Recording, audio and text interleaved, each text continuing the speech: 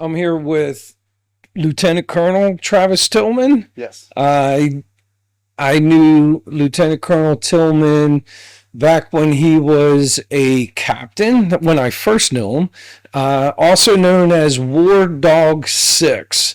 And I had the pleasure of meeting Travis in Kuwait.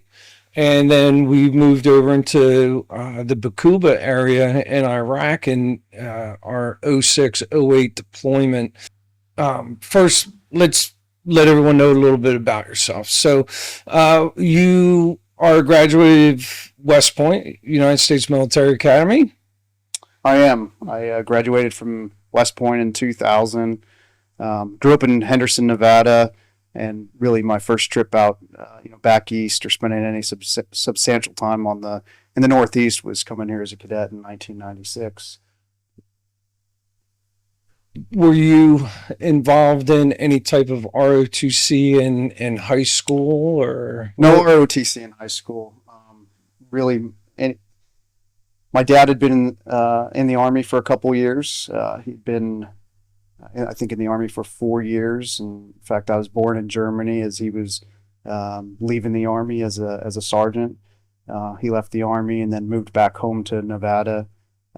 My grandfather on my mom's side had been a command sergeant major during Vietnam. Well, he served in Korea and Vietnam and rose to the rank of command sergeant major. He lived with us, but neither one of them really talked all that much about their military experience. But that was sort of my military, background or what I knew about the military. It was just brief conversations. Was that something that inspired you to dig a little deeper and check into the West Point Academy? Well, I know exactly what led me to the military academies. Is I grew up on GI Joe and just loved the Army military stuff as a little boy. And one day I got a book. I was either in fifth or sixth grade, and I checked out a book from the library about the Air Force Academy. Okay. And I just saw like all the cool stuff that they were doing, from the cool stuff in the classroom to the military training, the sports. And I was like, this is awesome. And I brought that book home and I showed it to my dad. And my dad said, well, have you thought about West Point Army? I had no idea, but he knew he had served in the Army.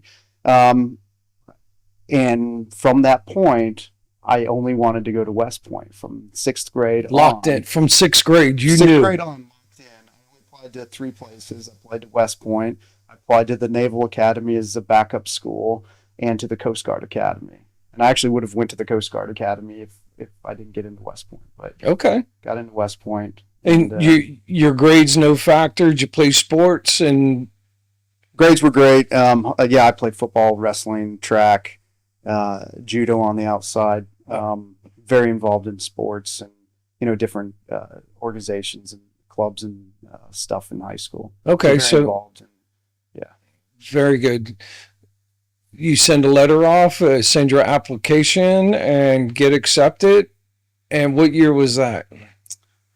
Well, it must have been in the fall of 1995 is when I found out that I was going to West Point. So. Were you on like an athletic? I imagine they give scholarships here, yeah? No, they don't. They don't give scholarships. So nobody. You might be recruited and come in that way, but everybody's when you come here, when you come to West Point, everybody's the same, and you can stop playing a sport and you're still a cadet and you're still going to commission. Still a cadet. And so I didn't get recruited for any sports. I came here and I ended up trying out for the sprint football team, lightweight football team as it was known. You had to weigh I think at one point you had to weigh under 150 to play, but they bumped it up. So maybe it was like 165 or 170 at the time. And whether you were a lineman or a running back or wide receiver, everybody had to be pretty light. And that was a fun experience. Did that for a few months. And then I decided I was going to try out for the track team, and I was going to be a long jumper. And I did that for for a month or two or something like that. And didn't end up making the team. Really had no I didn't belong there, but I was like, I'm going to try out. Ultimately, don't know until you don't know, right? Yeah. Ultimately, I knew I wanted to be on the judo team. That was a strong background of mine. I'd been competing in judo since I was 8, and we had a judo team that traveled and was really good. And that was a team that I was part of for the 4 years that I was at West Point. And provided lots of opportunities to travel, get to know some really awesome people, and yeah.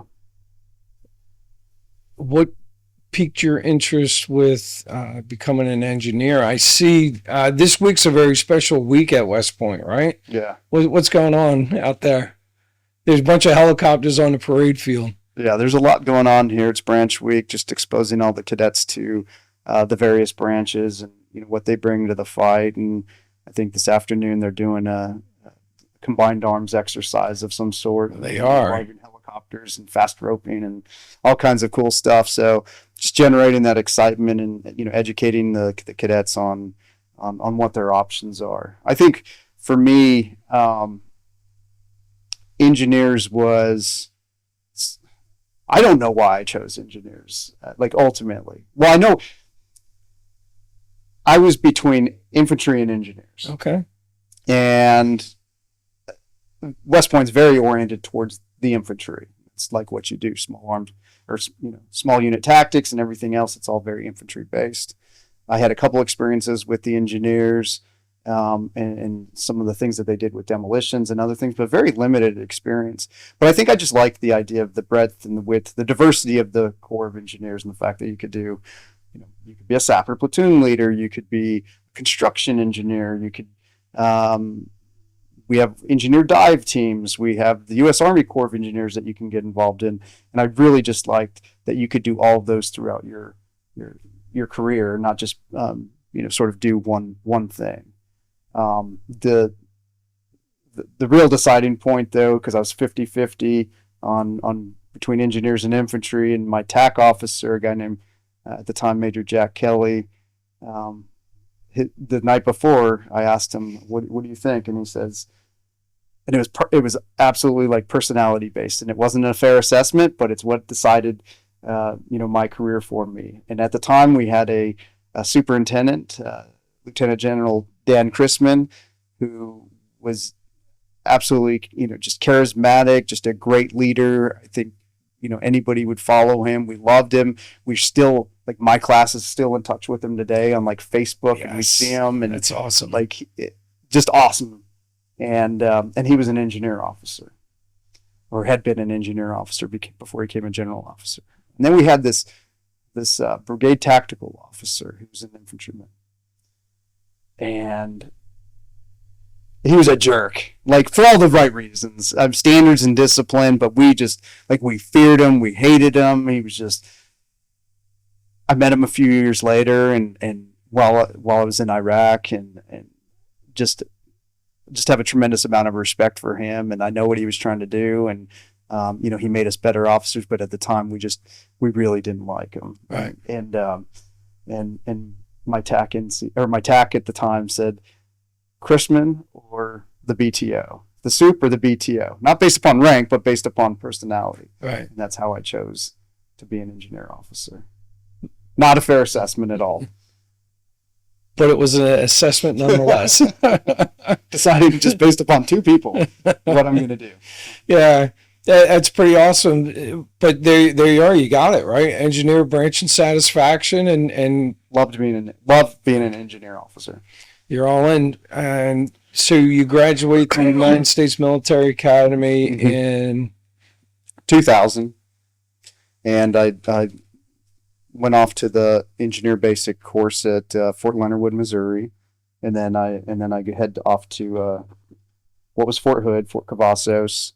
As within about 2 months, I become a sapper platoon leader in Charlie Company, 20th Engineer Battalion, 1st Engineer Brigade, 1st Cavalry Division, back when we had divisional engineering units. So were you wanting to go mech, light? What was your thoughts on that? If I was an engineer, a heavy unit, just from my minimal exposure to it, you look at, you got bridge layers, you got, C's, you got bulldozers, you have all of these big engineer assets versus light unit, kind of limited. Did that play a factor into you getting to Fort Hood, or No, I mean, those are the things that I would tell people now, but I didn't know that then. It was, I followed a girl.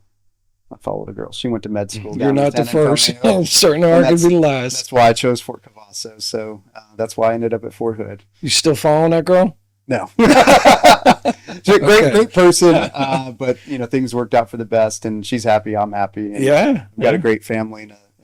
My wife was actually an engineer officer, so she spent 4 years in the. That doesn't get much more cooler than that. Yeah, that's awesome. That's cool. Talk about blowing things up at the dinner table. So, but to your point, I mean, the mechanized, heavy engineers just have so much more capability than any other type of engineering unit. And my last operational Army assignment was as a battalion commander in a Stryker engineer battalion. Okay. I was in a Stryker BCT up at Fort Wainwright, Alaska. And so engineer battalion was a Brigade Engineer Battalion, a BEB, 70th BEB, Kodiaks, and we were Stryker based. And we didn't have near the capability that I had as in the units that I was part of in the early 2000s as a platoon leader.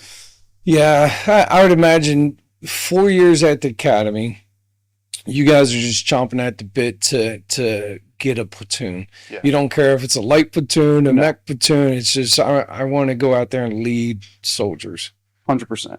And I could totally get behind that for sure. So you get to Hood. Was it everything that you expected and then some? Yeah, it was. I really enjoyed Fort Hood. I enjoyed even though it was pre 9/11 when we started out, pretty high op tempo with the stuff that we were involved in. I felt like I was in the field all the time, and that was a great thing. I really enjoyed being in the field. I loved that at Fort Hood you had really a diverse training areas as far as you could be out west and West Fort Hood area, Four Corners. It's probably not even there anymore, but and it was kind of desert. And then move over to the north or to the east, and you could do river crossing operations and much more difficult terrain. And I just felt like we had every type of training area that we needed to to prepare to go do whatever we needed to do. I had an awesome platoon sergeant. That was going to be my next question. I mean, a friend to this day, somebody I look up to. He really was the perfect person for me. Back then, a guy that would challenge me to absolutely be my best. We called him FM-Beatty because he knew doctrine like no other, and he challenged me to always be smarter about doctrine, about getting on the Center for Army Lessons Learned and learning just everything that there was that's out there. I saw the way he took care of soldiers. I saw the way he held me to a high standard, and then really we held each other to a high standard. And I really look back to that. Can't remember how many months we were together. I was a platoon leader for 12 months of a sapper platoon, and then 12 months as an assault and obstacle platoon leader. But I know it was him that really made me who I am today. That's phenomenal. I love hearing the success stories. It's not always a slam dunk when you get there that you're going to gel with that platoon sergeant, right? Well, and I mean, our first interaction was he'd come back from, I think, ANOC, or I don't remember if that's what it was called back then, but and I meet him the first day, and I'm like, "Hey, Sergeant Beatty, I'm your new platoon leader," and he's basically yeah, so what? I was like, this is like a book. But that was just the beginning of a really great relationship. That's awesome. That's very good. A textbook example of a great relationship. No, and I had other platoon sergeants that, were a little bit more challenging in different ways, and not quite the relationship that, I wanted. But I guess I was mature enough at the time to say, hey, that's not what we need Yeah. for this organization. So Yeah. So what was your next step? So you did platoon leader. You had two different opportunities to lead as a platoon leader. I did about 24 months as a platoon leader. I would go back and do it in a heartbeat. Like I'd spend all my time in the Army as a platoon leader if I could. Um, it was really cool because we got to be the priority for training for the battalion, or at least that's how I think I think that's how it was. It seemed to be that way, and we had a JRTC rotation to do a light heavy mix with a brigade from the 101st. So we were taking a company team from, I think it was like Charlie. Well, it started out, it was supposed to be Bravo Troop 17 Cav, which was the division cavalry unit at the time, and my platoon was being attached to a troop, and we were being attached to a brigade from the 101st. And we did a lot of training together, and it was just like I just grew so much as a platoon leader, as an Army officer, throughout all that training. It was the tough, difficult training that you come out of it and you're like, that was awesome. I'm exhausted. But that was awesome, and the soldiers felt that way too.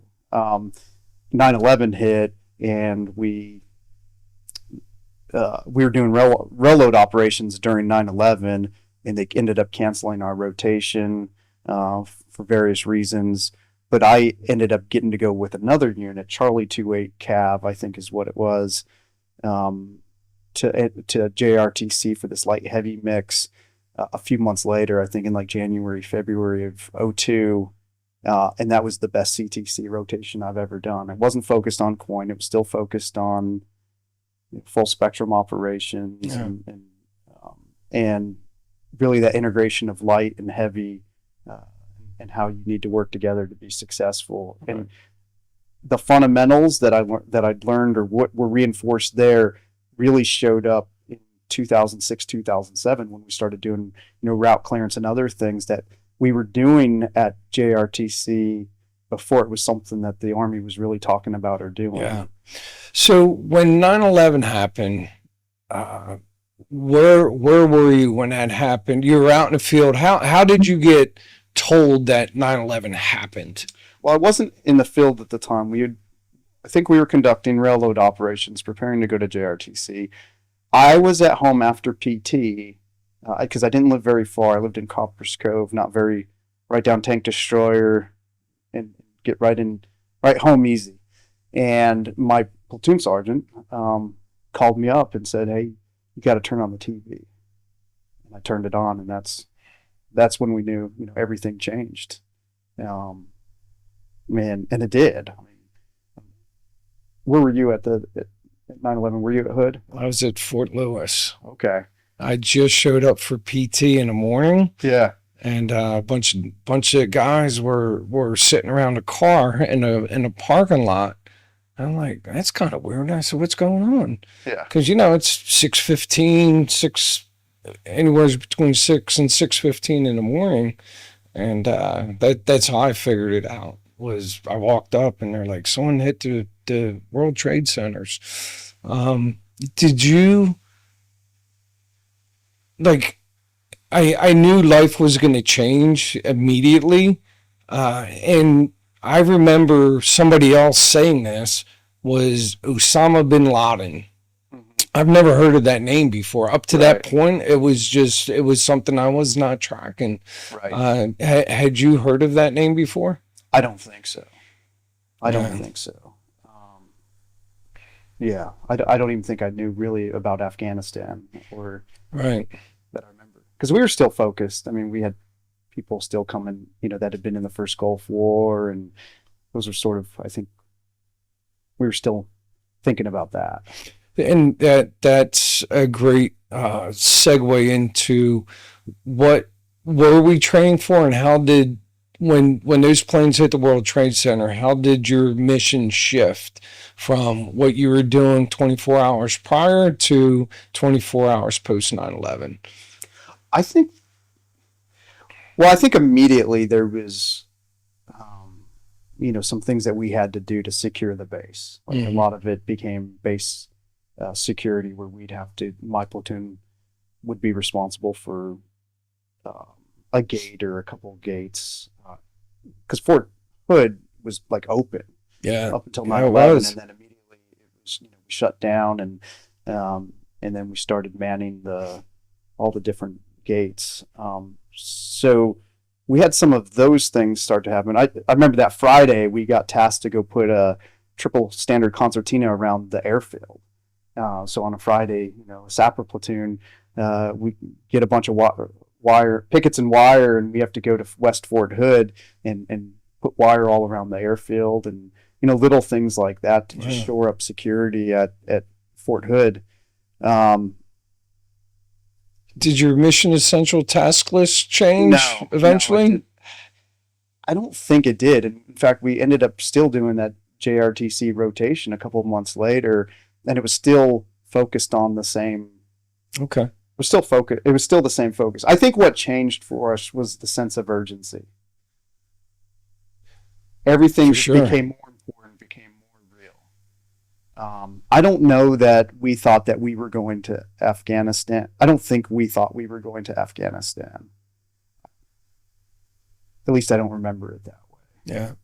I think, a couple of years later when we decided that we were going to Iraq, 1st Cavalry Division, so I was still at Fort Hood when we invaded Iraq, and 1st Cavalry Division, we thought we were going. Yeah. We thought we were going. I think there's some number, we spent more than any other division and then didn't end up going. I mean, everything that we wanted was, I felt like as a platoon leader or as an XO, I could order anything and it would come. Yeah, I mean, you're America's first team, right? America's first team. You're going to put the first stringers in there. Yeah, and then we watched as 4th ID went over there, and we had to I remember guarding our motor pools, because they, as they were preparing to go, they were making sure that they had everything that they needed, and sometimes tires and other things would go missing from your motor pool as they were, they knew we were going and they were going, and I don't blame them. Yeah, there was for the people that don't know, Fort Hood or Fort Cavazos now, there's 2 divisions on that post plus a corps headquarters. And there's one road, and you have 1st Cav Division, and then you had 4th Infantry Division. And, to have 2 divisions on that post must have been pretty interesting at that time, right? Absolutely. Interesting. And I bet that stung a little too, right? To sit there and here you are. Were you still a lieutenant at the time? I was still a, 2001, 2002, 2003. I was either a lieutenant. Yes, I was a lieutenant still, and I was either, I think I was a platoon leader or company XO. Okay. I don't quite remember exactly what, but I just remembered just all the training we did and all the mop gear, and preparing for any kind of mass, any type of chemical attack, and we do everything from play basketball in MOP 4 for PT to we do combined arms breaching operations in MOP 4, and it was just a lot of work, and a lot of training, a lot of preparation, and I think we were really confident in our abilities. And it's like being a lifeguard. It's you don't necessarily. No, it's not like being a lifeguard, because I think we really wanted to. We wanted to go. Yeah. Maybe it is like being a lifeguard, but we really wanted to go. We were prepared. And then it didn't happen. And I remember. Kind of looking at other opportunities in the Army. I loved the Army, but I needed to, if I was going to stay in, I needed to do some different things. And so I had been a platoon leader, company XO, and then I got a tasking to go to Honduras for 6 months. And I went to Honduras for 6 months to be the Army Forces engineer, which really meant I was the Army Forces. I was the S3 Air is what I was. And I was in charge of planning and coordinating airborne operations down there In Honduras. in Honduras. It was just completely different and wild and really a great experience where we were doing monthly jumps with Central American Nice. countries or their armies to build cohesion between us and them. And I spent 6 months there. Still belonged to 1st Cavalry Division. 1st Cavalry Division was deploying, so I came back from Honduras and then deployed to Iraq for OIF 2.5, I think is what it was, Really? in 04, 05. Okay. But I got there and I think we were like at 160% strength. And it was, captains manning radios. Like I was up on Engineer Brigade staff, 1st Cavalry Division on Camp Liberty at the Baghdad Airport complex. And I think I was the plans officer for a few months, and then I moved to the Green Zone to become a project management officer for the 1st Cavalry Division's government support team, which was the interface between 1st Cavalry Division and the Baghdad governance. We were essentially looking at essential services across all of Baghdad, and I was responsible for determining the critical path of something like 300 projects worth about $2.1 billion in sewer, water, electric, trash, fire, police stations as we tried to build back Baghdad. How old were you at the time? Man, I must have been 04, 05, 26, 27 years old. Responsible for how big of a budget? Well, I wasn't responsible for the budget. Well, you were spending, right? Understanding It's awesome. what's truly going on across. I think there was 5 different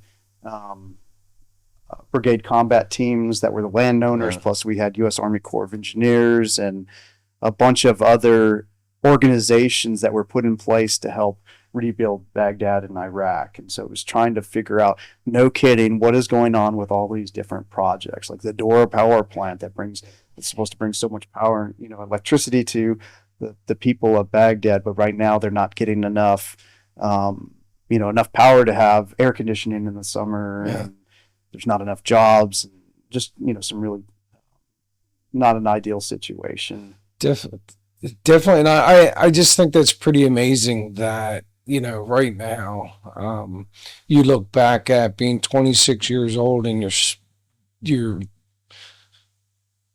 duties and responsibilities and what you were responsible for, like essentially helping rebuild a country, right? That's really what it boils down to. Yeah, and I think about in the people that were surrounding me. I had a classmate, Tommy Favel, and he was responsible for looking at one area, and he had no expertise in that, and I had no I was an engineer officer, but I had no expertise in all these different things. I had there was a major, blanking on the name.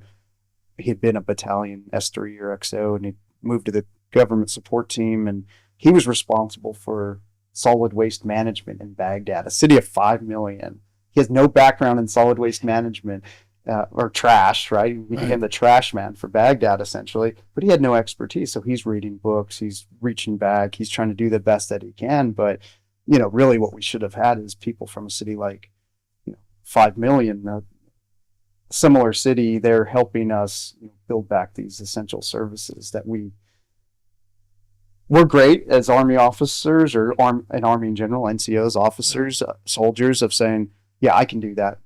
Put me in. We'll figure it out. We'll figure it out. That's what we do. But, we weren't really the experts on this stuff at the time.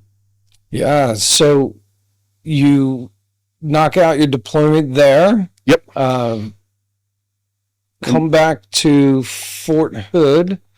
Was you being a company commander on the radar at that time? So I still had to go to the career course. So I went to the engineer. Soon thereafter, I went to the engineer captain's career course at Fort Leonard Wood, and it was about 4 or 5 months. And then I come back to 1st Cavalry Division, where my wife was at. That was the reason to come back to Fort Hood, was to be back with my wife. And I take command about 2 months later. So I was up on division staff, and I get told, hey, you're going to go take command of Echo 112, Echo Company 112 Cav and 3rd Brigade. And so I go down there and start making coordinations, and it was a little, I won't tell all the backstory, but basically the guy that I was replacing didn't know that he was being replaced at the time. And so that was a little bit of a surprise to him and to the organization. And kind of makes for an awkward transition. A very awkward transition. And a surprise to the organization, the first sergeant and everybody. But we do our, inventories and all the things you got to do for change of command, and take over about 2 weeks later. So I think that was in April of 2006. Definitely not an ideal situation, huh? I mean, I wanted command. Of course. What was hard is I didn't know the organization at all. Like typically, you don't go from division down to a company. Yeah. You spend some time in the battalion, or at least the brigade. And so I really knew nobody at all. I didn't know the other company commanders. I didn't know the battalion commander. I didn't know any of the soldiers. I took over, had about 2 weeks to learn as much as I could. And then almost immediately we went to JRTC. That might have been a good thing. It was a great thing, but it was also like, I didn't know anybody's names. I didn't know anybody. And it was like, hey, you go do this, that type of thing. And so it was probably an ideal situation because I'm brand new. There's no expectation that I'm gonna go to JRTC and just absolutely kick butt. Yeah, brand new. Like you're kind of like, hey, go do your best type thing. And I go there and set up now not as a, I think it was called a mission readiness exercise. So it had been tailored at that point to Iraq and what we were preparing to go do. Like we knew we were going to Iraq. This was the mission readiness exercise, and then we're going to be ready to go. And we were living on were you there at that time? I was in the capacity of the brigade master gunner, though. I wasn't at a company level. Okay. Yet. So we're kind of like living on forward operating bases and operating sort of out of that. We go out, we conduct patrols, we come back in. Something that became, the way we operated in Iraq versus the way we do it now, where you go out and you fight and you stay out there and you fight and you move and continue to move from defense to counterattack to the offense and so on and so forth. So when you went to JRTC, you were already shifting from your traditional engineer role to more of a patrolling, I don't want to say landowner, but at the same time, did you train to own battle space? I don't remember if we trained to own battle space, but we were conducting patrols and missions. And there were some company sticks where we would, I remember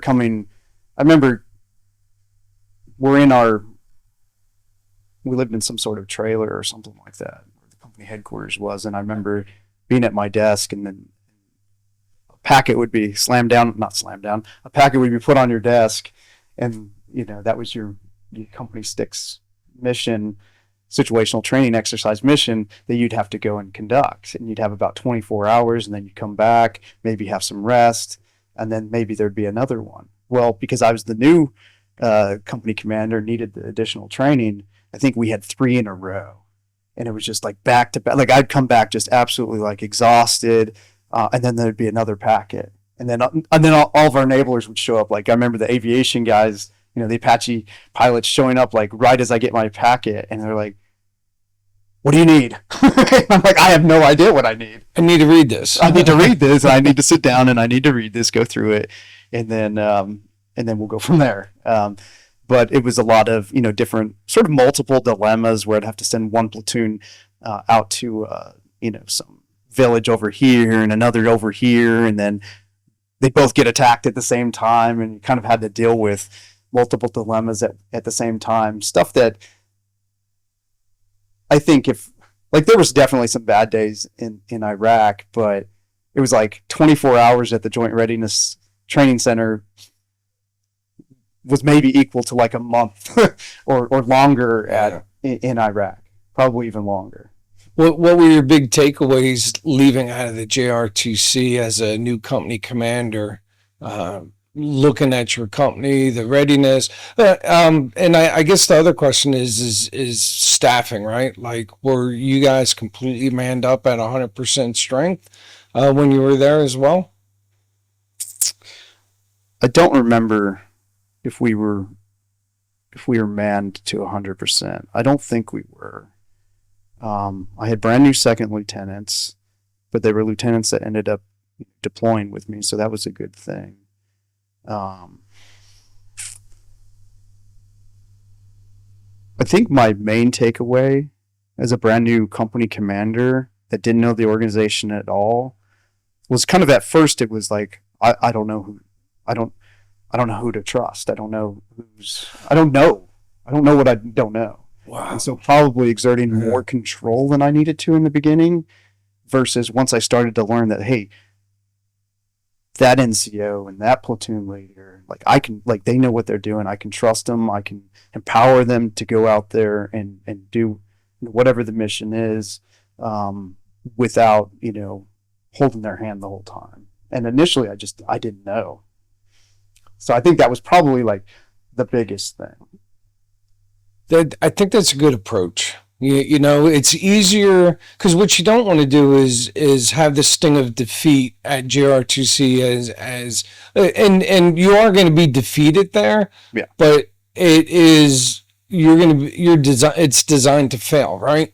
And I think going in, like you said, you don't know who to trust. You would like to try to trust everybody, but at the same time, failure not typically an option, right? Like, you don't want to figure that out the hard way, right? So going in and having a little bit more, I don't want to use the word micromanage, because it's just absolutely impossible, like, micromanage everybody, but like you said, you probably controlled a little bit more than you would like to until you understood who the go-to people were and what their capabilities were, and then throttle back, right? Right.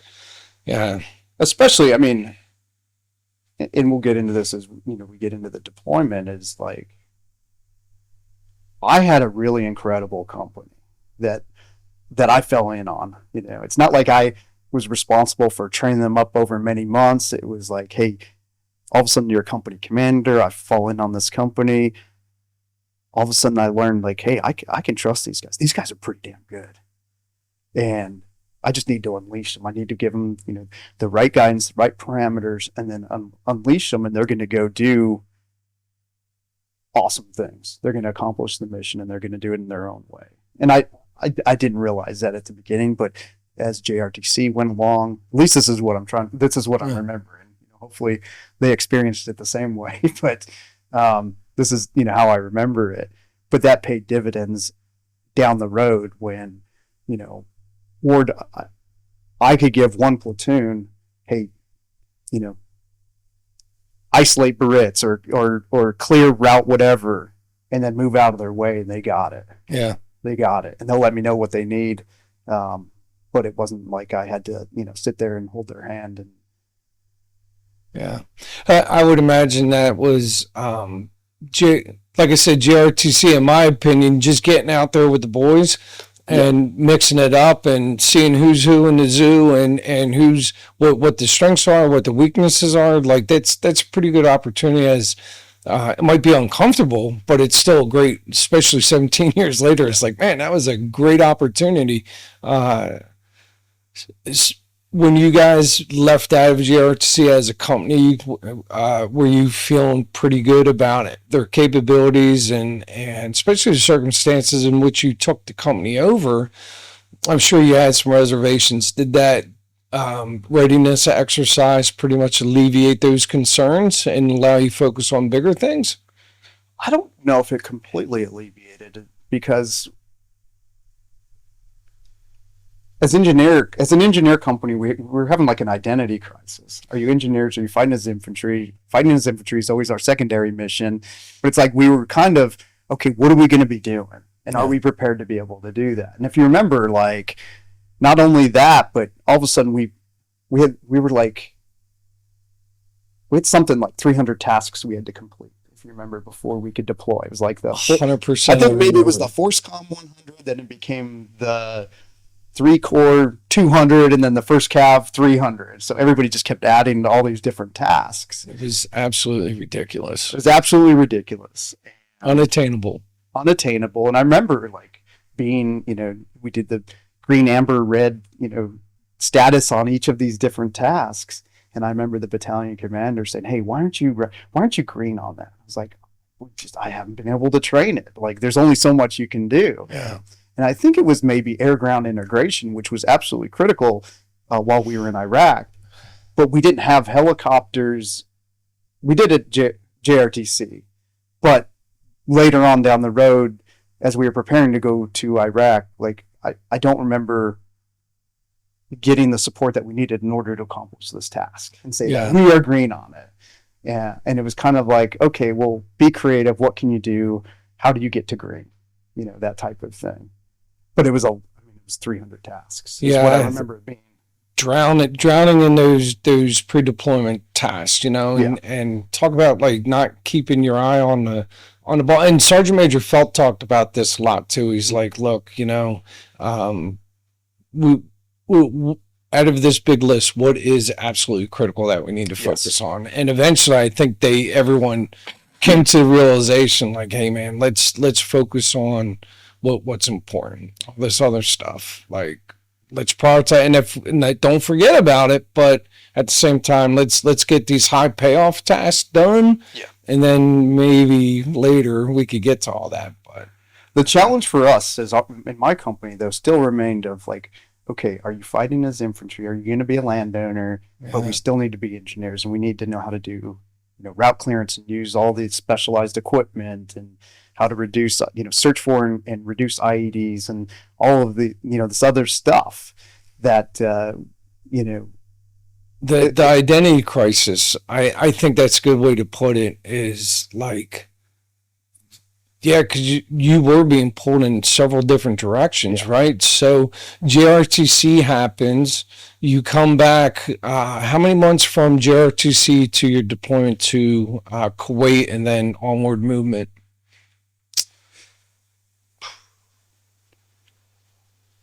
Maybe 4 months. 4 months, okay. So, I think we did JRTC in like May, beginning of June, and then we deployed in September. Yeah, I think that's about right, because October. We deployed in October. Yeah, the elements of the brigade, like I actually flew on September 11th, 2006 with Mark Austin to go over and be the advon. But I do remember like waiting on the Bradleys and equipment to come back off the railhead, and there was very little time to come back, take care of all the vehicles and what have you, and then prep them to move out again. That's right. And so that was definitely a challenge, and I wasn't even at the company then. I took over as Bravo Company's first sergeant in Kuwait when Pete stepped off the bus.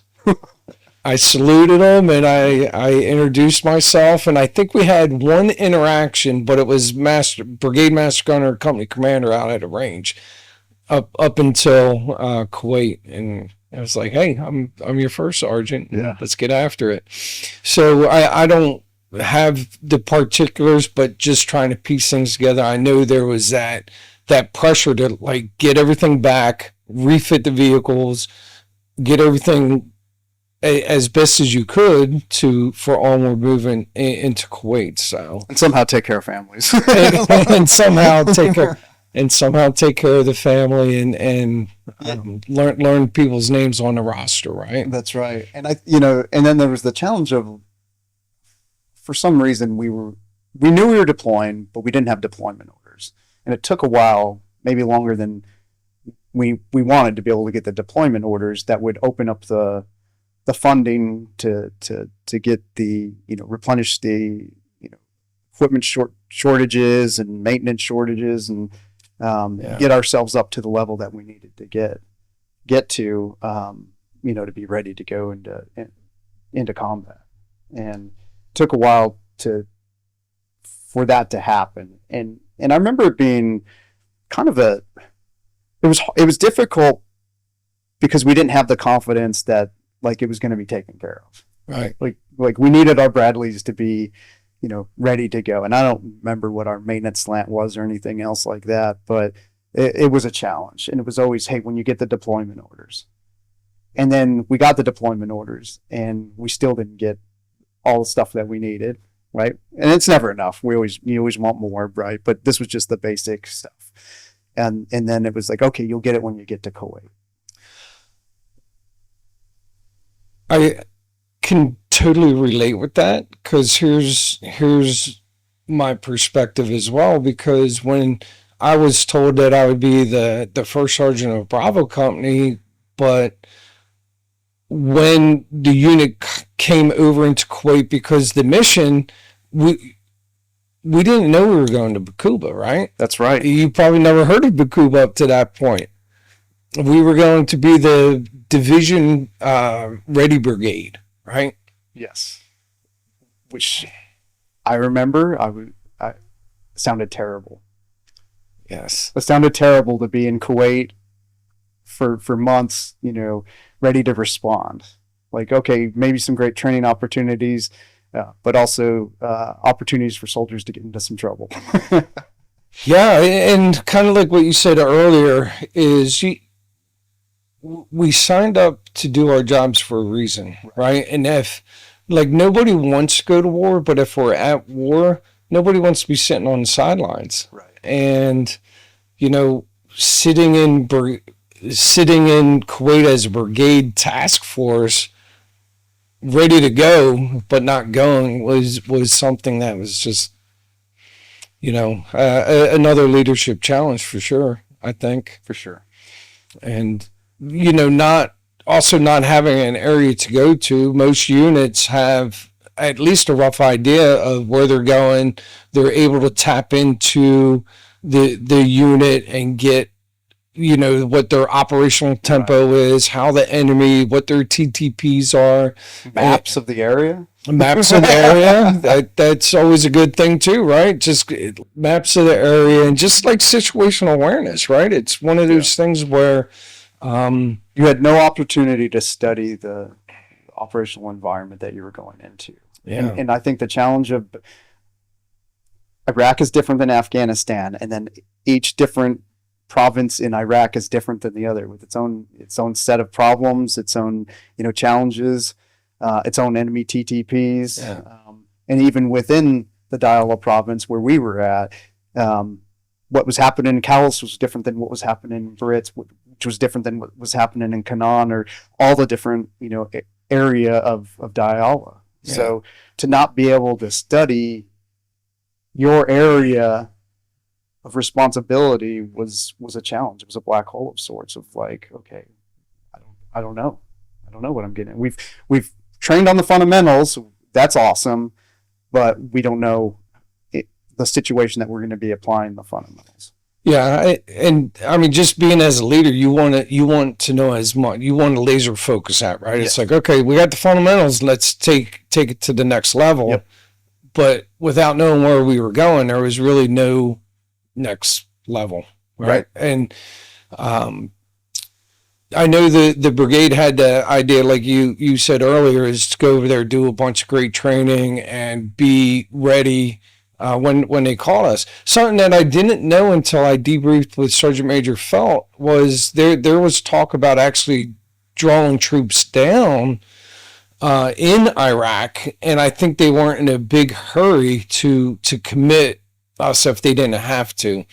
But it's interesting also that there was in one conversation they're talking about drawing troops down, but what we ultimately ended up doing was surging troops in. So I thought that was a kind of interesting, 180 of thought process. And I think it fits with what we experienced when we did, do a relief in place with the unit that we were replacing, in that they, I think for the previous 12 months had been focused on, Iraqis in the lead. Mm-hmm. And then when it got to, I don't know exactly where it was decided, but the Iraqis aren't ready to lead. They don't have the capacity to lead, whether it's in just their, tactical abilities, but then certainly not in their logistical abilities to do things like refuel or anything else. They were just not there at all. And I think we started to find out the hard way. And the mission shifted, I believe, from, Iraqis in the lead to all of a sudden it's us, and we're going into places that nobody's gone into, and we really stirred up a hornet's nest. That we did. Just real quick, back to Kuwait, is when those vehicles were coming in, and I knew I was going to be the first sergeant of Bravo Company. Of course, when those vehicles were coming off the railhead, I was going down and looking at the vehicles, and I was taken aback. I really was, of the condition that the vehicles were in. And I really did not know up until you just said that we didn't have the deployment orders to open up funding to get those vehicles fixed. At least that's how I believe. Yeah, that's good. As a company commander. And so, I remember finally, receiving our equipment in Kuwait, and not only, we still had a lot of things to fix, and there was a lot of new things just from travel and from some pilfering and other things like that we had to take care of. People pilfering from him, not him pilfering to take care of things.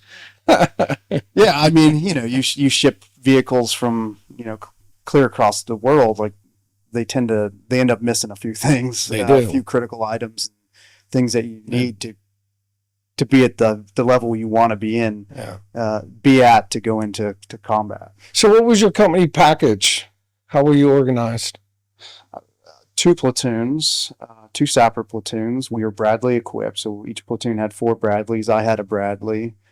And that's all I remember bringing over there.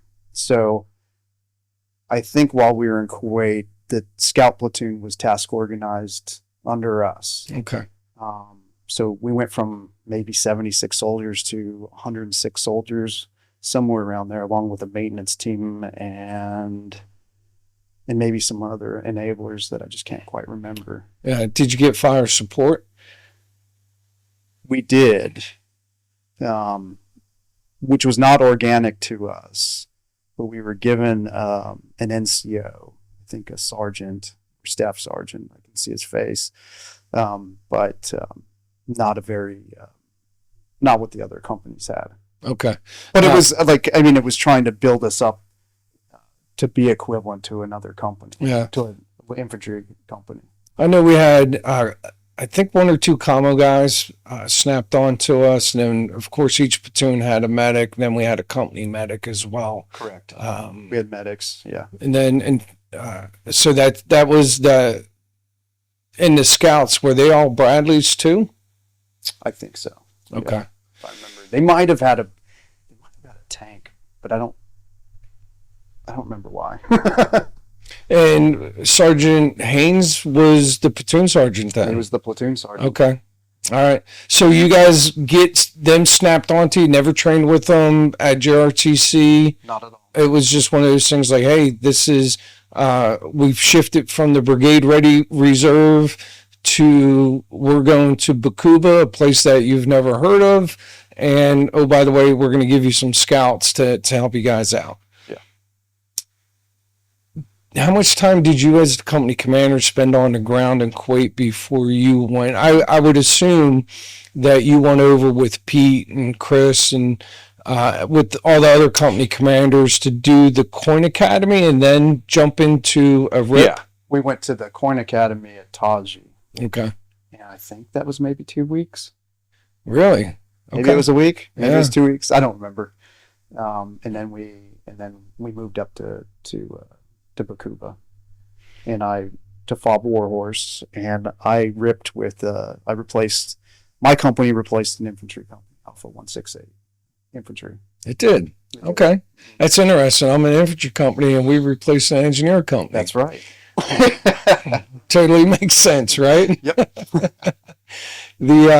So how did the RIP go? So what was that unit doing? What was their main mission? I know our folks, like you said, it was kind of like putting an Iraqi face on things.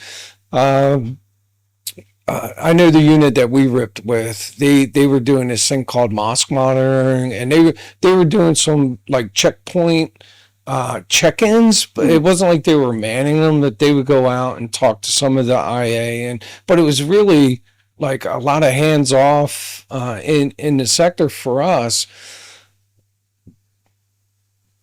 But I didn't feel comfortable with it. Like when it was going down, it just to me it was just one of those things like I couldn't, I think, wrap my mind around what they were doing versus what I was expecting that they were doing, and I was like, okay, this is what they've been doing for a year. I guess it makes sense, in the greater scheme of things. But so how did that go, and did they sustain any like great amount of casualties or disabled vehicles? Was there any like, hey man, this is any indicators that you're going into a kinetic environment at all?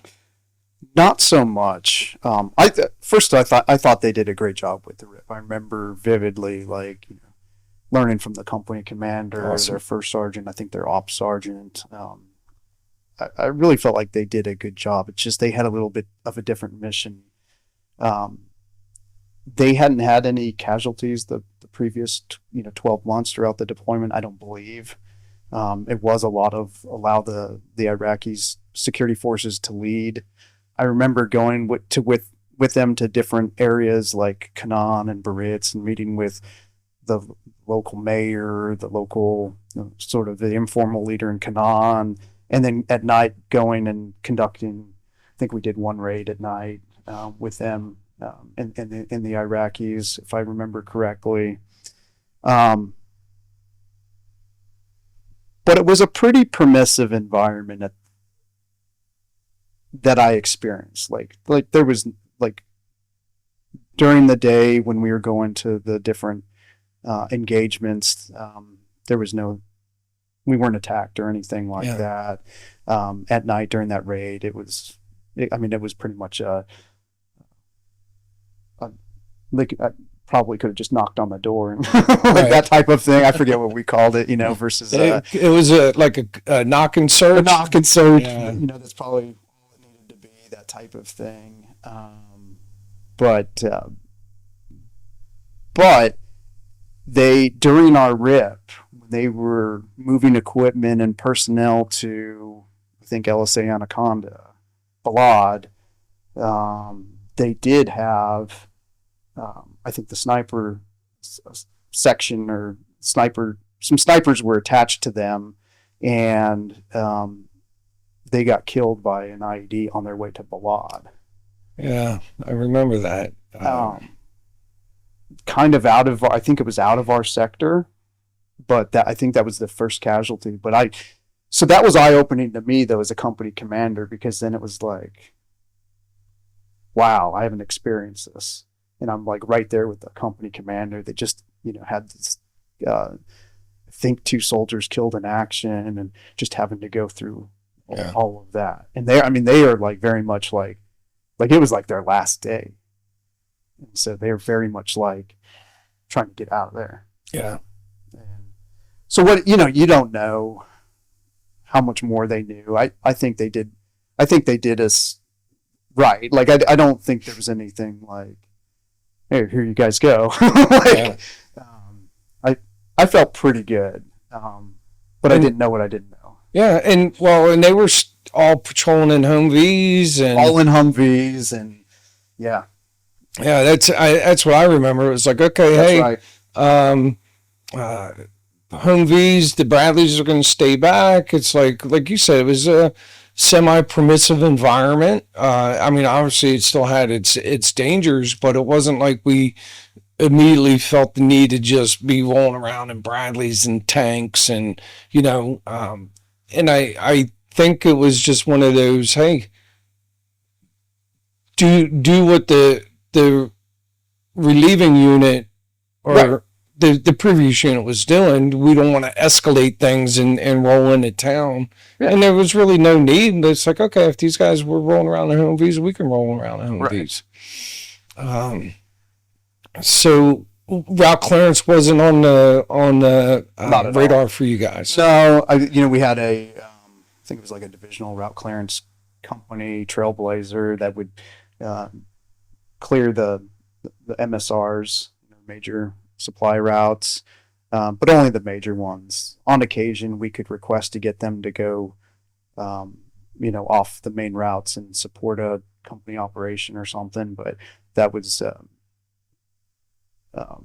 not something that we had. Yeah. So we had no engineer equipment aside from sets, kits, like just small things and stuff like that. We didn't have any of the route clearance package. Yeah, I think that, as you're saying, you didn't have any engineer equipment. You guys probably had it all. As we were working with the engineer company, the one thing that I absolutely loved was their first sergeant had a Connex full of C4. Yes. It just all the different things that you needed to do, demo, and it was pretty awesome. And I signed for a couple bridge layers and C's, and that's right. I remember all this of because these. I'm like, this is weird. Yeah, and they actually come into play later, but it was pretty backwards a little bit. It was pretty backwards. Yeah, it's just like, okay, we're an infantry company, we're going to take over for an engineer company. Next, Yep. Moving on, we're going to figure it out, right? Yeah. So you do the RIP, have a good experience with that. You guys start doing your missions. And how big was your area again? It was roughly 360 square miles. 360. That's pretty big.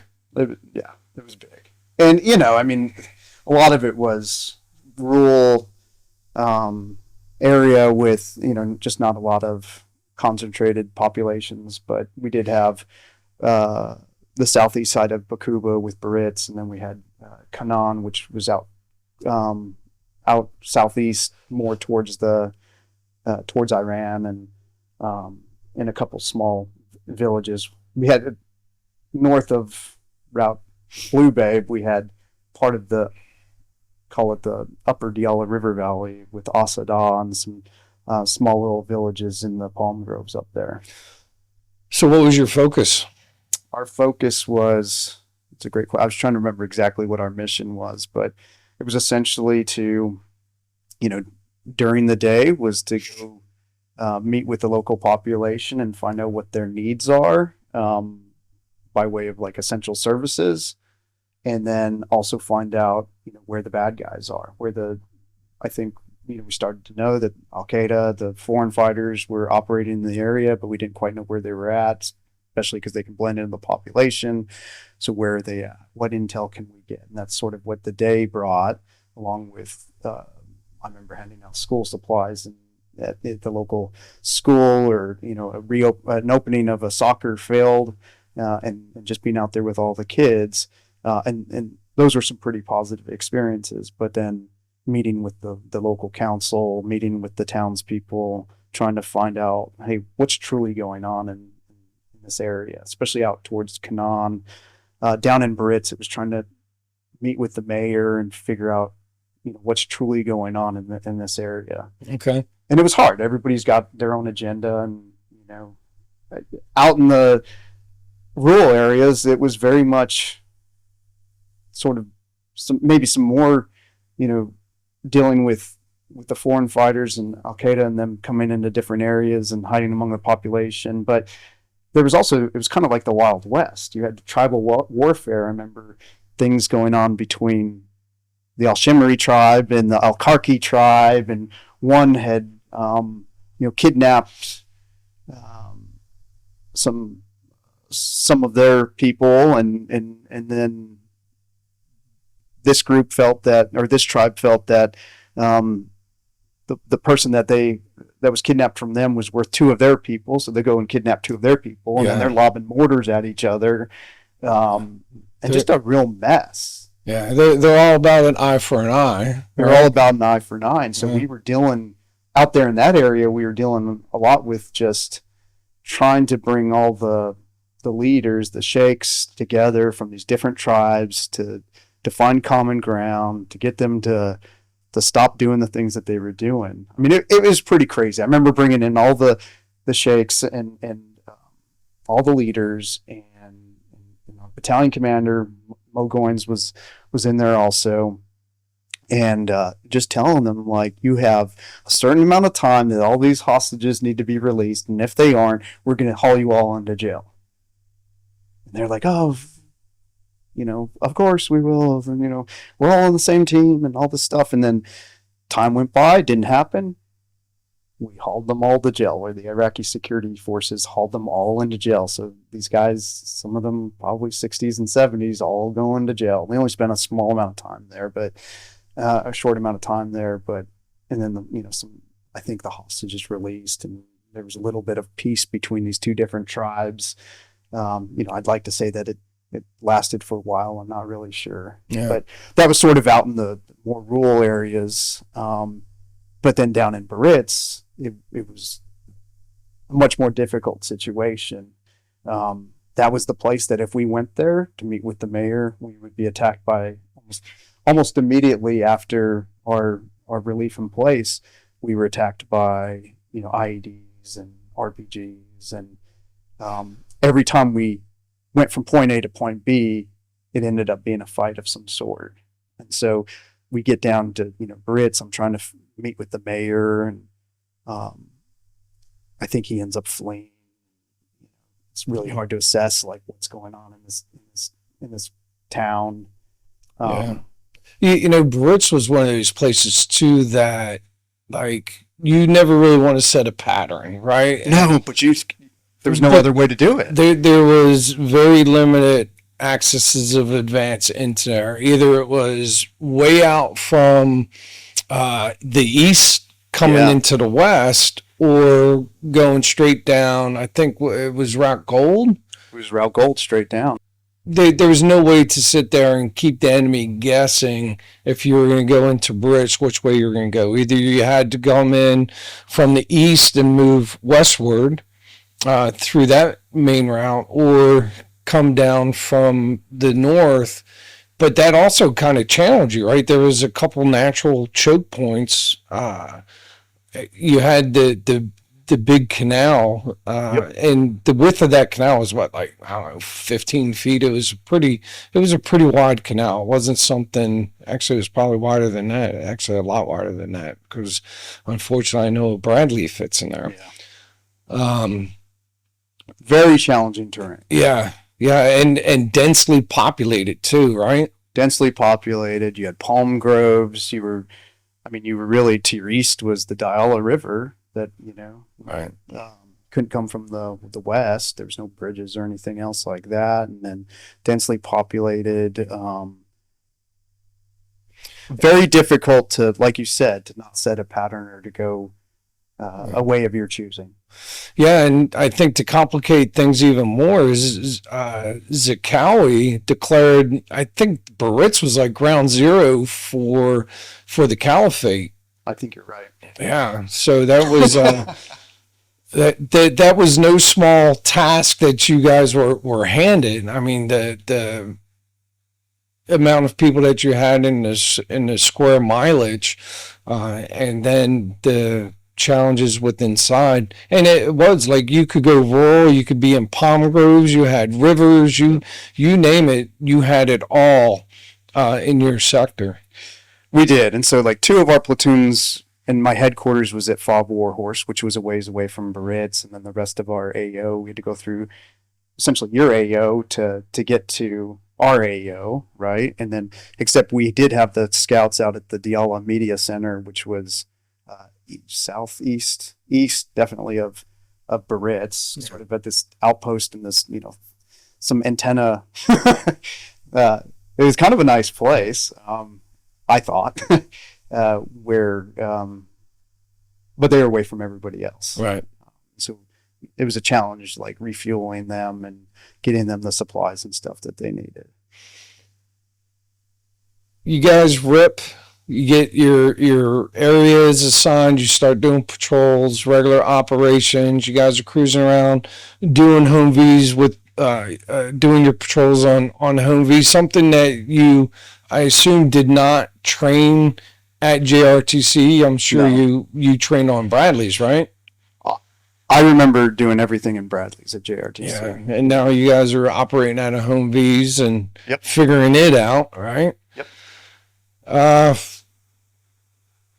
I know for Bravo Company, there was a very distinct period in time where it felt like a light switch was flipped.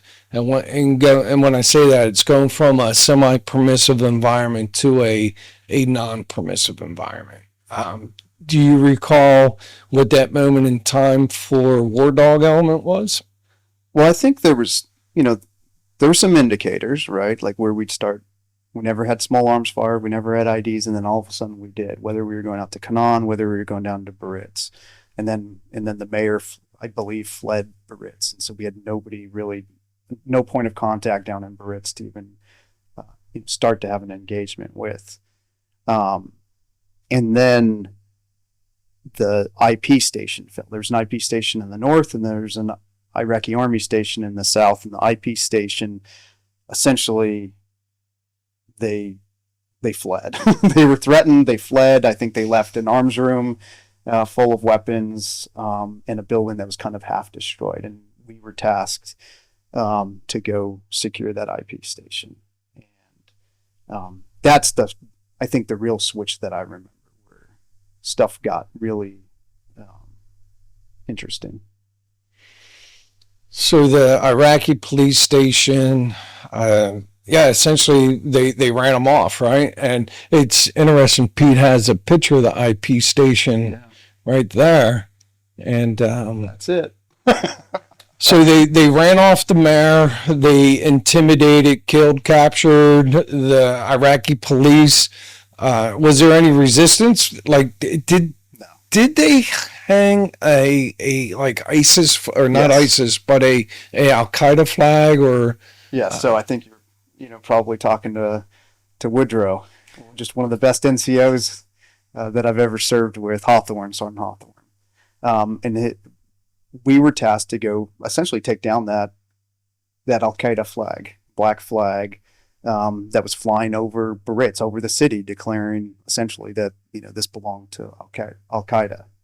And so we were tasked to go down there, really first to just remove it. And I think I sent 2nd Platoon down there to go do it, and I think they shot it down, if I remember correctly, but I don't remember. And then later on, we were tasked to go secure the IP station. Okay. Take it back over and bring it back to coalition forces, essentially. Yeah. Who's got that flag? I don't know. Probably Hawthorne does. I know. I've seen a picture. I have a picture somewhere of him holding it up. Yeah. All right. The net's starting to tighten. we'll track down that flag. That would be awesome to have a picture of that flag. So the IP station, hot mess? Absolutely hot mess. And it's, I'm trying to remember the time frame of it. Maybe we'd been there a month. And there was other things that happened. I mean, we talked like 10 days after we were there is when Sergeant Hain, or after we took over, assumed, That was 10 days?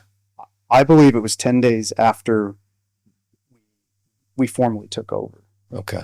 It was roughly 10 days. You mind talking about that? Yeah, it was. So the scouts were out at the Diala Media Center. I think that day I was linking up was it Fob Gabe?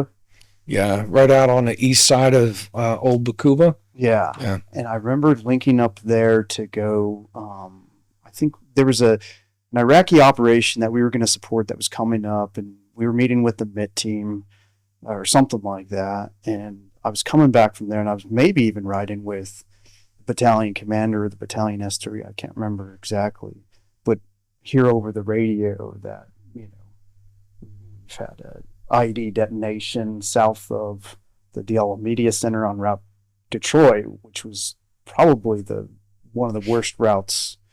It had to have been one of the worst routes in Iraq.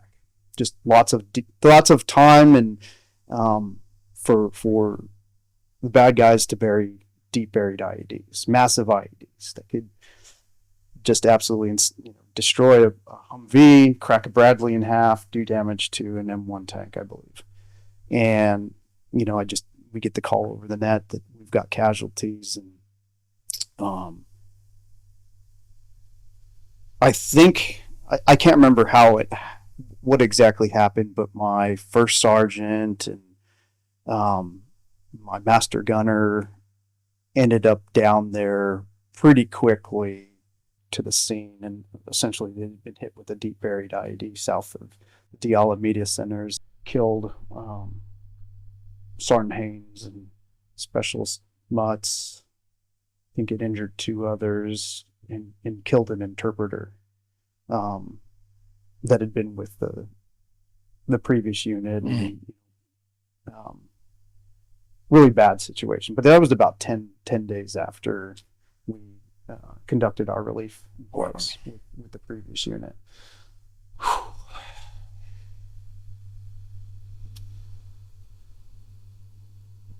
It's amazing that it didn't kill everyone in that Humvee. It is. I saw the aftermath of that, and it's incredible that anybody survived. Absolutely. What impact did that have on your mission between the Diala Media Center and being landowners, and like you said, you had to go through Apache's AO, Bone Crusher's AO. Yeah. To get to your AO, That's right. which was, you guys were given a tough mission, for sure. It was, there's immediate impacts on the scout platoon, obviously, and that was like my priority, is like how to take care of the scout platoon immediately after this happened. So Sergeant Haynes he was the platoon leader at the time. He didn't have, they didn't have a platoon leader. He'd moved, I forget where. Lieutenant Miller. I did not know that. Yeah, he was the platoon leader. I think Sergeant Foster was the platoon sergeant. Yeah. And so, you lose any soldier, but certainly, somebody as well as respected. And he was a Fallujah. I think he'd been in Fallujah. Yeah, it's super. Yeah, I mean, one of those just studs that everybody looks up to. Yep. Pillar of a man. Absolutely. And 10 days into a deployment, somebody that, there's people that you think are indestructible. Yep. It's like, hey, yeah. I mean, that's kind of guy he was, for sure. Absolutely. I could imagine that definitely through some challenges as well, right? Like, okay, don't have a PL. The platoon sergeant acting PL. Yeah. 10 days into a mission. Yeah. So Lieutenant Miller is that when he came and got flexed in? He had been the scout platoon leader, and I don't remember where he maybe went to the MIT team. I'm not sure, because a number of people were pulled to the MIT team, like my company XO. Right before the deployment was pulled to a MIT team, and so I'm not exactly sure where he went, but he was put back in place of the platoon. Okay. They were hurting. They were absolutely hurting. And then it was the balance of, okay, we rotated some of the other war dogs down there to take over the mission of the DMC for a few days, but it's that balance of, okay, how do we give them time to grieve and help them become whole again as much as you can, right? Yeah. But then not lose the edge of like being prepared to conduct their missions and stuff like that. Because the enemy's out there. The enemy's out there. We've got a mission to do. How do you keep them from losing confidence, from losing, the will to fight and everything? And I never saw that at all. But they were just, they responded very well. As well as you can. But and then you don't want also a platoon that's going to be out there all rogue and retaliate and like do things that you don't want them to do. Absolutely. And so there was sort of, how do we do that? That was the challenge to work through. And I think they, especially once Lieutenant Miller came in there, they responded pretty well. Yeah. And Sergeant Foster, like the scouts, they eventually wound up coming to me and Bone, but yeah, what a great group of warriors. Right? Absolutely. But here you are, with the scouts, you have about 104? Something like that. And now you own 2 pieces of property. Yeah. The Baritz IP station, the Diyala Media Center. Just lost 2 KIA, 2 wounded in action, an interpreter killed in action, lost a home V. What's your next move? I think the priority really became Baritz without losing an eye on Canaan. We knew we wanted to maintain a relationship with Canaan, and it was out to our east. And I think that if I remember correctly, that's sort of a specified task from battalion of like, hey, make sure you don't lose Canaan. But the IP station and getting back in control of Baritz was the sort of the next priority. And I remember us doing we had to go down and we had to secure the IP station. I think it was also part of another battalion level operation that was going on throughout all of Baqubah, and we had to secure the IP station, I think, and then isolate Baritz so that the enemy in Baritz couldn't affect anything else in the rest of the battalion's AO, and vice versa. Yeah, Baritz was getting pretty hot. Baritz was getting really hot. And so, we did our best. I think about like the day that we secured the IP station, and I remember Sergeant Hawthorne down with the Bradley fighting vehicles. Now hey, we need more than just our Humvees. We've kind of made that determination. I don't remember the exact timing of it, but now we're getting our Bradleys involved. And I remember being on top of the IP station. Second platoon is down on the streets, and we're taking fire from. You remember the terrain. It's like, where's this coming from? Right. You're getting shot at from 360 degrees. You're shooting back. You're trying to find out where's the enemy at. You're having a difficult time seeing him because of the palm groves, because of the dense, there's like a cemetery. There was like there was just a lot. There was a lot going on. And then even across the river. Yes. Yeah. There was a building across the river that I think we were taking fire from at one point.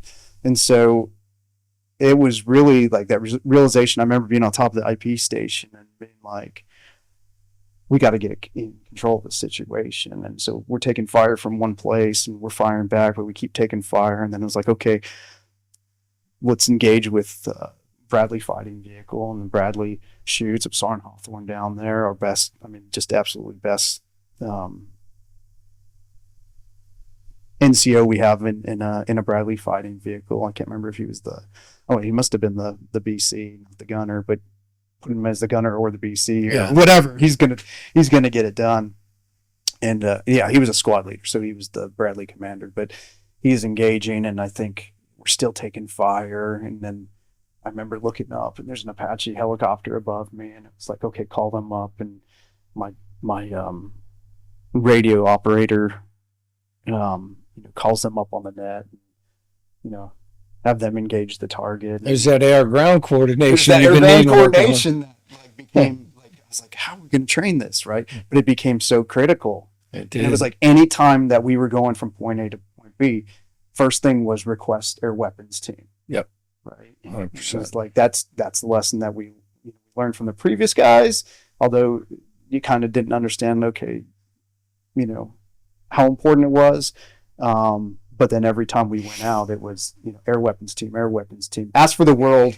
Yeah, maybe you'll get a Predator, but maybe. But hey, and Wolfpack was definitely one of those things that, don't leave home without it. Don't leave home without it. So, but Barrett's it was difficult. We had the IP station. We were doing some limited patrols out of it. We weren't an infantry company. I'll admit we didn't have, I was taking a lot of advice from Command Sergeant Major Harris, right? Yeah. Rodney Harris. And I remember he was providing a lot of, advice and stuff. And then I think, I don't remember exactly when, but then, the Iraqi Army station down in the south, it fell. I think that was on like Christmas Day, and I had to send the scouts out there to try to secure and bolster the Iraqi Army station. But they had a hard time getting there because of IEDs and other things, as they were coming from those routes from the east. Yeah, but they're all dirt roads, I think, mostly. Yeah, I think that one of the tough things about the IP station is it wasn't a deliberate combat outpost, right? It was a Iraqi police station. Yeah. It wasn't selected because of its, domination of key terrain. No. It was put in there with the thoughts of being a police station, interactions with the local population, not a combat outpost, and it was certainly not optimal from the locations. And tough situation, and it kind of got worse, right? Like when it comes to like just the sustainment of the forces, right? So now you're owning essentially combat outpost now, Brits IP station. You have the Dial Media Center. You've made the decision to upscale to Bradley's, and I think that was probably the decision was made to go to Bradley's. It's increase our protection with the Bradleys, increase firepower with the Bradleys. So we're rolling around mostly in Bradleys and a few, what are they, 1151 up armored Humvees and stuff like that. Yeah, and then you guys get kind of a change of mission, right? Yeah, we get a change of mission, and there was some other stuff going on too. I think there was a battalion from, I'm trying to remember if it was 573rd Brista Squadron from the 82nd that was attached to our brigade, but they were doing some stuff out in Turkey Village, and one of my platoons, second platoon, had to be attached to them out there in Turkey Village for a couple weeks, and so that sort of and I don't remember the timing of it, but that sort of reduced my manpower for a while as we're trying to deal with these multiple dilemmas. Then we get a change of mission, and we end up handing over Brits to you guys, to Bone Crusher, and we start picking up a route clearance mission. So hey, we've taken a lot of casualties from IEDs. The IED's the biggest threat throughout the area of operations. We don't have the reduction capability, the ability to reduce the IEDs, search for and reduce the IEDs that we need, and so we get tasked with basically building from the ground up a route clearance package to clear not just for our battalion, but really for the brigade. So we're no longer just although battalion commander, love him. He's like, no, these guys are mine. We were doing route clearance missions for the entire brigade, and we started from scratch. So we end up taking over the government supports government Center for 3rd Platoon. from 3rd Platoon. So we end up taking that over. We end up, handing our area of responsibility over. I think maybe, I can't remember who took Canaan or if anybody took Canaan. Maybe assume risk out there. And we start building from the ground up a route clearance package. We don't have any of the Husky and the Buffalo and any of the specialized route clearance equipment. All we have is our Bradleys and Humvees. Had you guys trained on any of that? No, not This at all. was Some people had some previous experience. Okay. OJT at its finest. It was OJT at its finest, and we weren't like the priority for route clearance because those divisional I think their divisional engineer assets were, and so they had all the newest, shiniest equipment.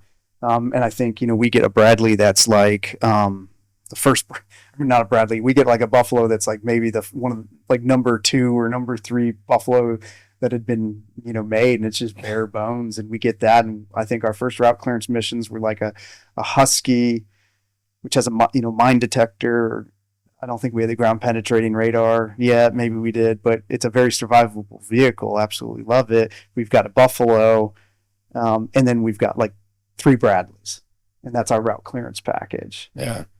And so just a real challenge. But I had these exceptional NCOs. I think of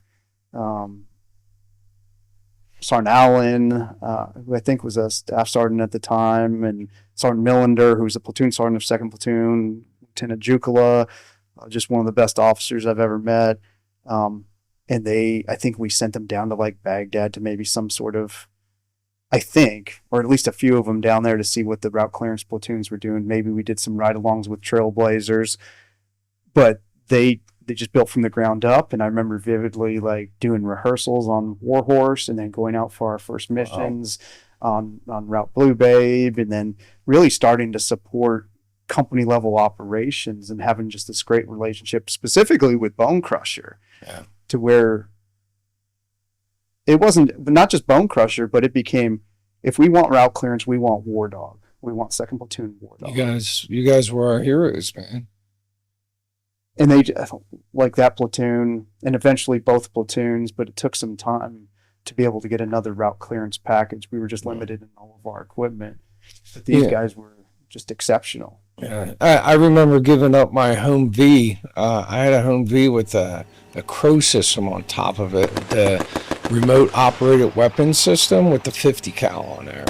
And I gave it up because your Buffalo didn't have any weapon system on it, and they mounted it on there.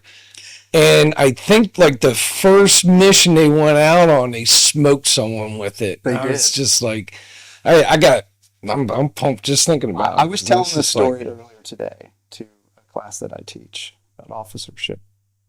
And it was really speaking to just the ingenuity of soldiers, and specifically my War Dog soldiers that saw this requirement, right? So like clearing routes in Old Baqubah or anywhere in Baqubah or Barretts was a challenge because of just the narrow streets. And it was really hard to secure a Buffalo. So you could get a Bradley up in front, a Bradley in back, but the Bradley couldn't see down alleyways or in some of the, areas that the Buffalo would have to go down. And so the enemy would just wait for the Buffalo, which had no weapon system on it. And I remember being in a Buffalo going down one of these streets and seeing an RPG team set up and just being like, there's nothing I can do.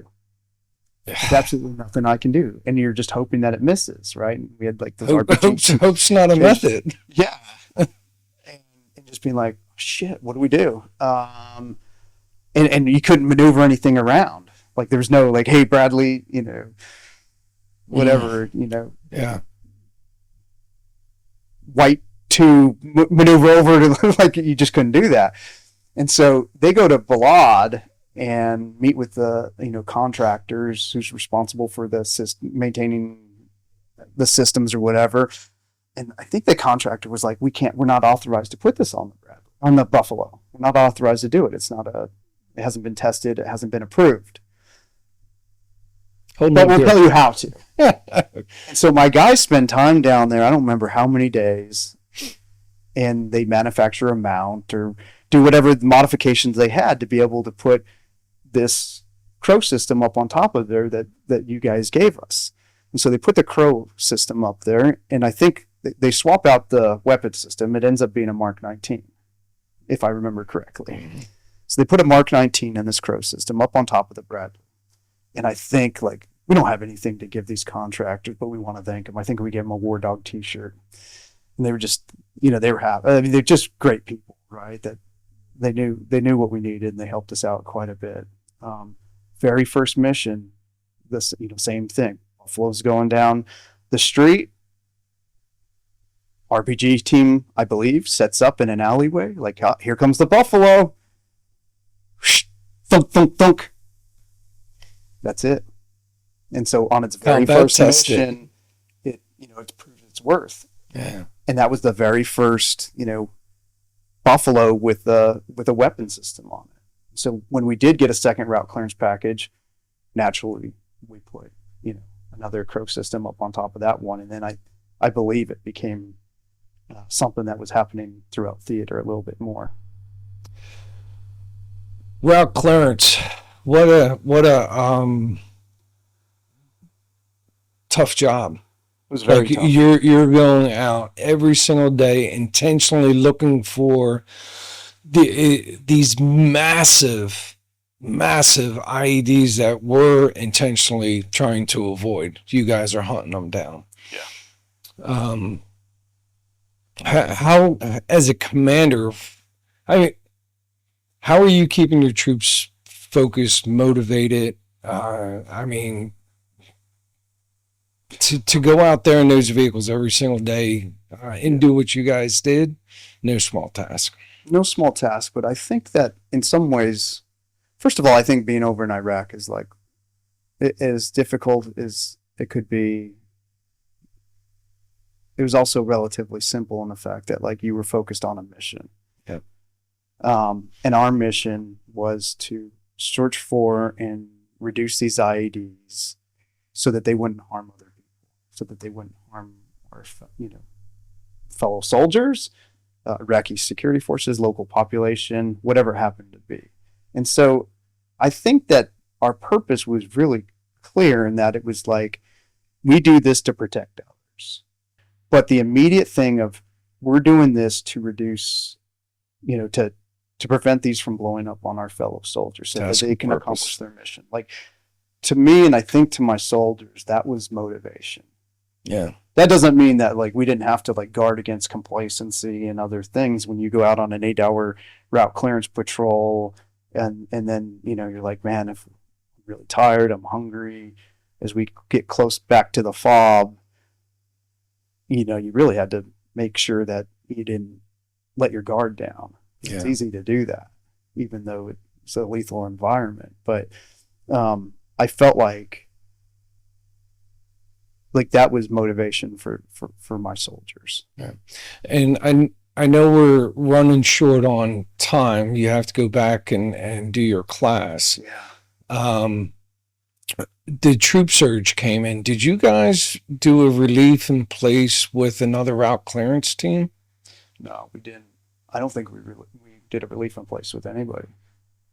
Did the troop surge have any immediate impact on what you guys were doing, or were you just steady state operations and like, hey, we just got to stay the course, and more people are in sector, it's going to be well, no, what it became is, now that I'm thinking about it, is it was, we were supporting 2 brigades. We were supporting 3rd Brigade and then 3-2. Was it 3-2? 3-2. Arrowhead, right? Yep. So Arrowhead Ripper, we were basically any route clearance that was needed throughout the area of operation we were doing. Yeah. So it was, there wasn't enough route clearance. Never was. There's Never never enough is. route clearance. And so it was just supporting anybody and everybody. And even up in like 6-9's AO, up in north of us. I remember, supporting them. Okay. I remember doing battalion level operation south of Baqubah, doing route clearance down there. I just felt, probably not answering your question, but it was, we didn't rip with anybody. We were supporting everybody. Supporting everyone. We were supporting everybody. And I had your mission doubled, but you still had what you had, right? It wasn't like you were getting plussed up with. No.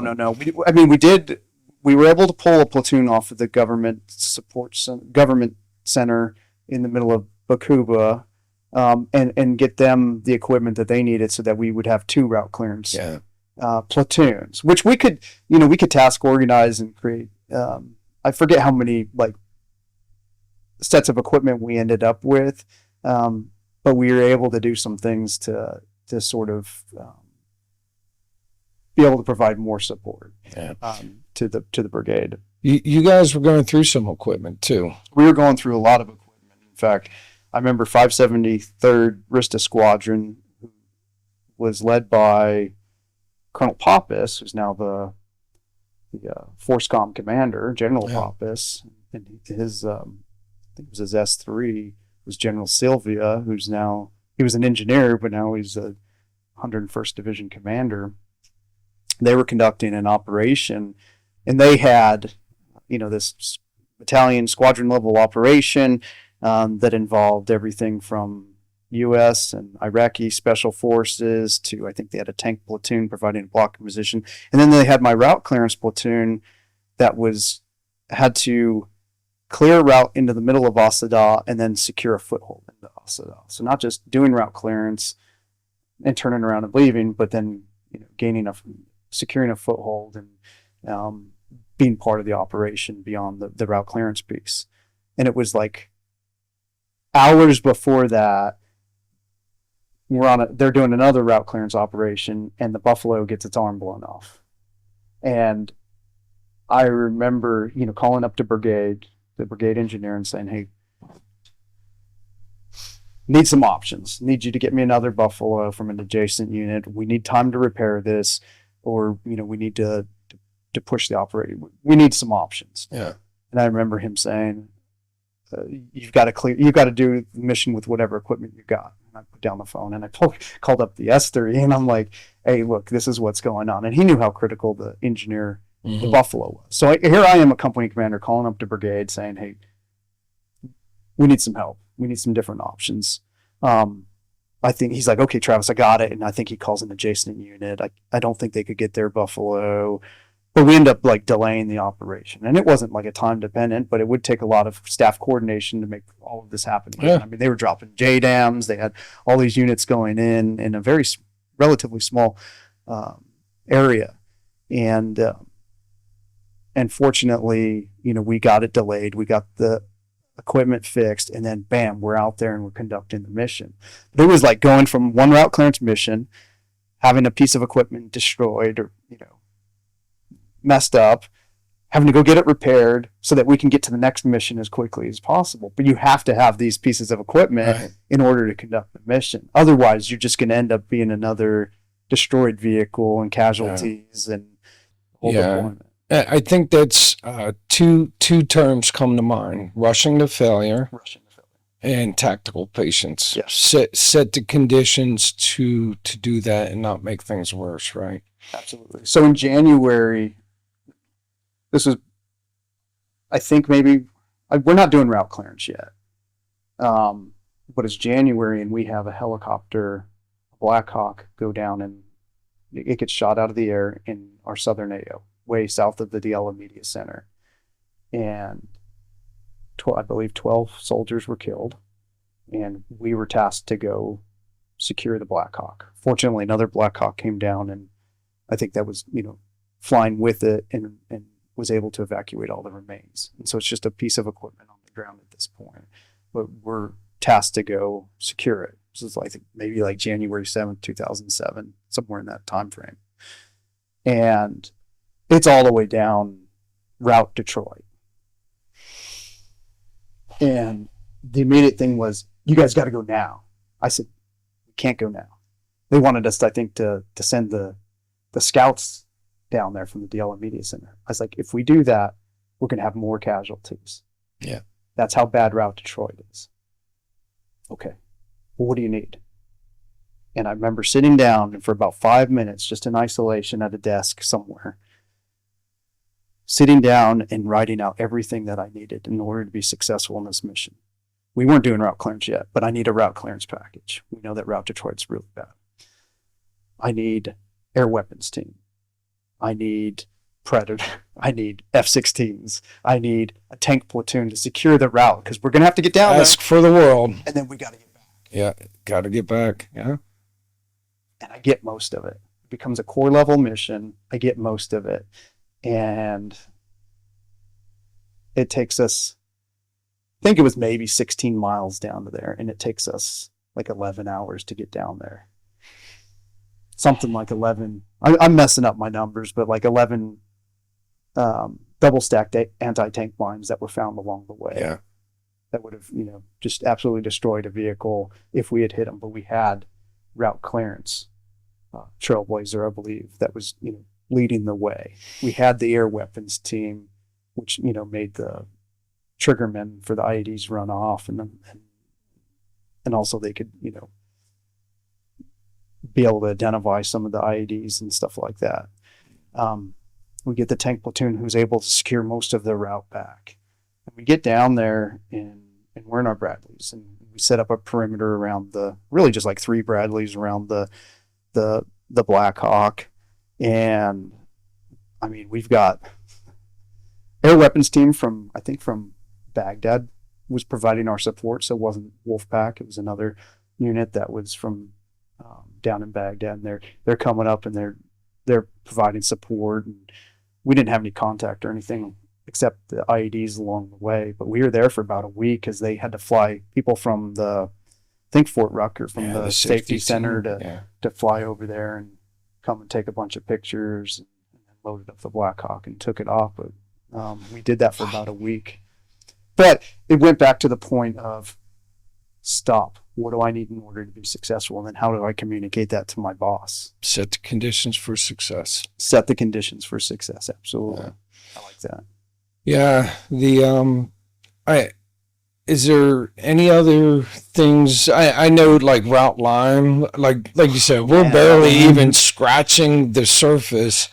But I know there was a couple operations out there where War Dog just really rose to the occasion, took it on the chin, rose to the occasion, still made things happen, but it will also leave some content for Jukla to talk about, and Hawthorne and everything else. But so much to tell about the 15 months that we were there and everything that we went through, and really just this sort of story of a bunch of soldiers, a group of men that just came together and ultimately get over there, and it's about each other and surviving. And then for the route clearances, it's about supporting, protecting the rest of the battalion and the brigade and whoever needed help. And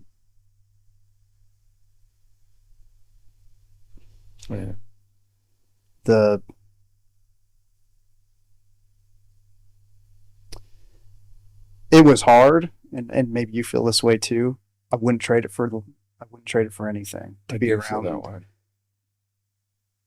around those men, to do the things that we did, really just to be around the men, and all they brought, all they continue to bring. Still have interactions with them, not as much as I would like, but over Facebook and just seeing everything that everybody's doing, and for the ones that stayed in the Army, the way they continued to be leaders in the Army. The ones that got out of the Army, all the special things that they're doing. I mean, I just saw one of my favorite people was my supply NCO, Sergeant Marty Motes. He just got, I think, in the final parts of his getting a master's in social work and becoming a social worker and just giving back in that aspect. Nice. But going from, just being this, I think he was a former Marine, then he joined the Army, kept our property books in order and everything, but just an absolute professional who's continuing to serve in a much different way, and just some pretty special people in War Dog. I think there's definitely more to tell about the War Dogs adventure in the Diyala province. I think you've already signed a few people up, or they've signed themselves up. So you have now Colonel Jukala. Yep, Colonel Jukala. He'll be on. National Guard. Okay, and Sergeant Hawthorne will be on. I think we'll have a couple other people. Your XO on. Yep. And you guys were our heroes. Like, heroes need heroes too, and you guys were our heroes, and I'm sure I speak for all the ground troops out there. Route clearance is definitely something that we did not envy you guys out there, but we sure appreciate y'all out there. And like I said, not an easy mission you guys were given. Last question, I'll let you off to go back to classes. The up and coming leaders, whether they're Army, whether they're in the civilian world, what piece of advice you got for them coming up, leading? Yeah, I mean, I think two things that I tell the cadets all the time is be committed. Doesn't mean you're staying in for 20 years, 25 years. But while you're a platoon leader, be committed. Be committed to your soldiers. Be committed to the mission. Like, be all in, not passing through and getting ready for the next thing, whether it's something cool, extra special in the Army like SF, or whether it's getting out and getting an MBA and going and doing other things. Like, you owe it to your soldiers. You owe it to be where your feet are, and to absolutely be committed to everything that they're doing. And that's going to drive the way that you prepare for yourself, for missions and everything else. So I think that's sort of, number one to maybe junior leaders just starting out. And I think the other one is be professionally curious, like always learning about the unit, the doctrine, certainly the lessons learned. I mean, I think going back to Sergeant Beatty, my platoon sergeant, he instilled that upon me, is to you got to be learning, you got to be adapting, you got to be just seeking out that knowledge. And I think that's two things for junior leaders.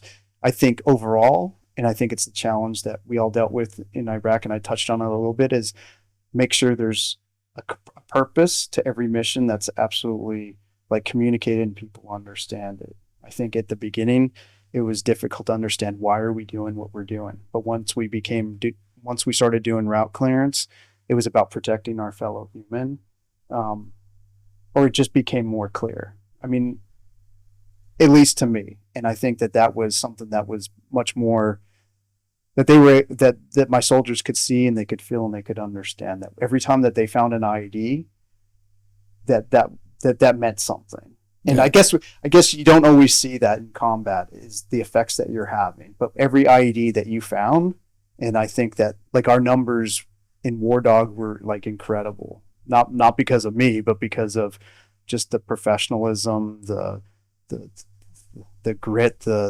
everything that my NCOs and officers and soldiers and War Dog brought. They were able to find something ridiculous like 200 IEDs throughout that deployment. And each of those IEDs potentially saved lives, they saved equipment, and they could see that. Yeah. I heard a term yesterday out on the rugby field, and the coach said, look for work. Look for work. Look for work. Stay busy. I like that. And it's going back to what you said, the don't be half in, because the soldiers sense that, they smell that, and if you're half in, the results they're going to be half in. And it boils down to be all in, and the soldiers are going to be all in. If you're not, you can't expect more from them. I appreciate you sharing that. Well, I think this completes your debrief. And, Oh, man. and I do appreciate you. I appreciate you. And Really awesome. thank you. That's it.